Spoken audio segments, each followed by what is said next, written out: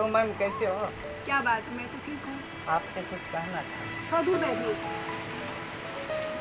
Ma'am थोड़ा पास में बैठने दो, अच्छा लगेगा। कभी लड़की नहीं देखी क्या? देखा बहुत, लेकिन आप जैसा नहीं। ऐसे नहीं मानोगे क्या? पुलिस बुलाना पड़ेगा क्या? पहले सुन लो जी, बाद में पुलिस बुला लेना। अच्छा, बोलो बोलो। आपका नाम पूजिया? तो मेरा नाम राम जतन मुखिया है। आप कॉलेज में पढ़ती हो, आपका 2 भाई हैं, आपको तो बहुत बड़ा नौकरी होने वाला है। रुकिए रुकिए, कहाँ जा रहे हो? बोलो बोलो, जल्दी बोलो।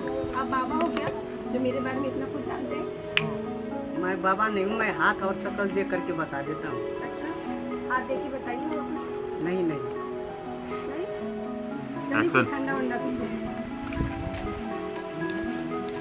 चलो